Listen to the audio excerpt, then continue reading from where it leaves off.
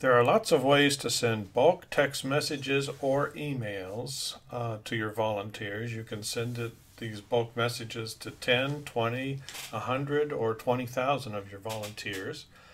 It's very quick, very fast, and they can all have substitutable tokens in them for names and their specific assignments and their starting times or just generalized messages. Let's go over three of the ways. There's about 6 ways to send messages with vSpark. Let's go over 3 of those ways.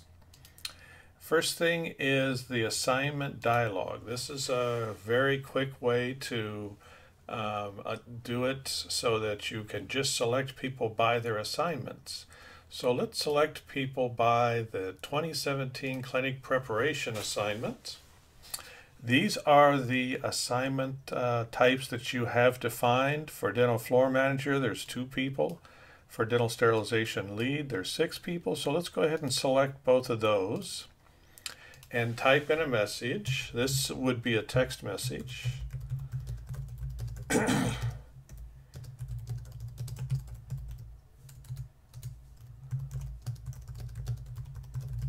And you would just click send, and away the message goes to those folks.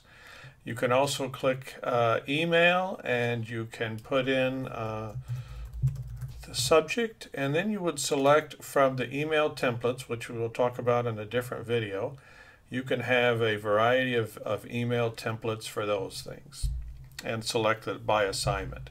If you have an event that has quite a few more assignments, like this is the assignments at a very big medical event, a bunch of assignments there, you might select the message only go to the interpreters.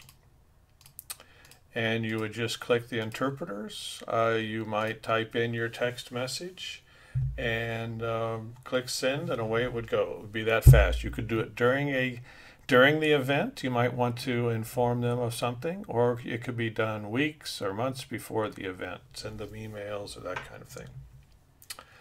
The second way of sending bulk messages is with bulk message imports. With this, you would maintain a file of a list of volunteers. Again, it could be 10, 20, 10,000, 20,000 volunteers.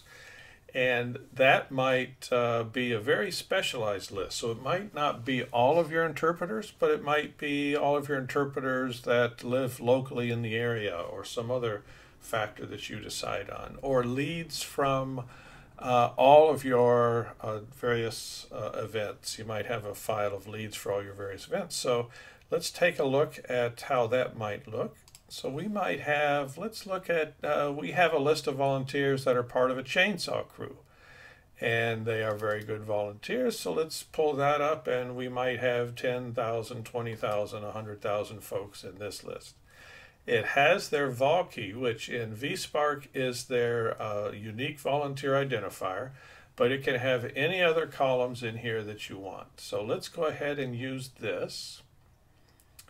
And what we're going to do is we are going to, first we're going to import. Let's look at the imports. And we're going to grab that chainsaw crew. And we're going to, first thing we're going to do is import them. 52 records. It found 2 invalid volunteer numbers. Then we're going to select the event. In this case, we're looking for a chainsaw crew that can help with some recovery efforts in Houston, let's say. And so that's not really event specific because we have not opened up a specific event yet. This is just reaching out for who might be able to help. So, can you help in Houston? That's going to be the title of it. And we have created an email template that talks about when and what and what the airline arrangements might be and so forth. We would select that email. Here's a list of the folks that we have in there. And in step 2, you would send that email. So it's not a lot of fancy querying, because you can create those files. They can either be spreadsheets or CSV files, any version of Excel. you can get those files because just about any report in vSpark has an export. So if you look at waiting list details, two different exports. If you look at assignments, you can select just the assignments in general support, you can get an export. Just about all the reports have exports. But let's look at the volunteers at an event. This might be a way you would do it. You would look at all registered volunteers, all languages, let's say on a Saturday. So these are everyone who has signed up at the 2017 Rose Bowl Clinic. These are all the volunteers who have signed up. You can create an export of those folks. Open that export up. And now you can edit this list any way you want and delete half of them, delete two of them, and then use the bulk import messaging facility to send the messages. Okay, then you would come back to bulk messaging and select that file and send the messages. The final way, the third way, is just free-form texting. So with this thing, you can type in any messages that you want, and you can maintain an outside file of the list of people.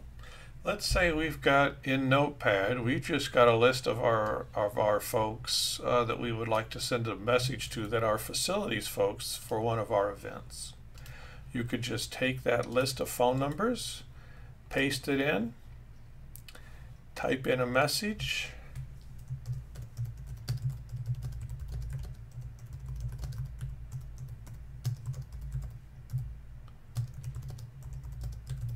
type in a text message, and boom, it goes off and to all these particular phones.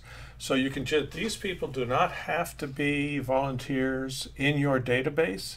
So this can be a list of outside people that you maintain separately. These are not volunteers in your database. They might be funders or supporters or something like that. You just maintain an outside file, paste them in, send a message.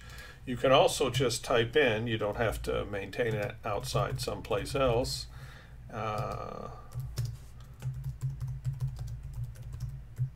And send the messages. Okay, so those are 3 ways of sending mass bulk messages in the vSpark system.